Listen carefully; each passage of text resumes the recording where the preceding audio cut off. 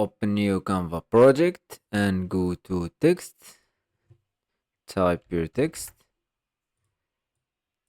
Increase the size and go to fonts. Let's change to Anton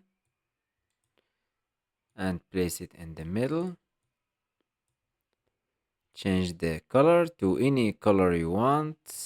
Let's use this orange.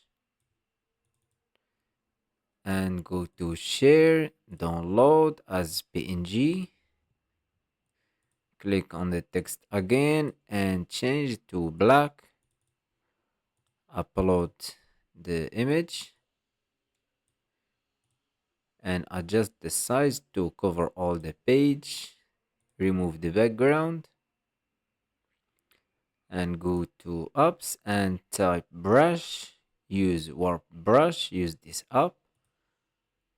Click warp and adjust the brush to 710 in straight.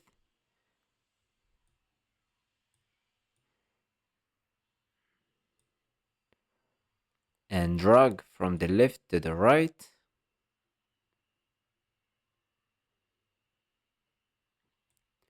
Click save.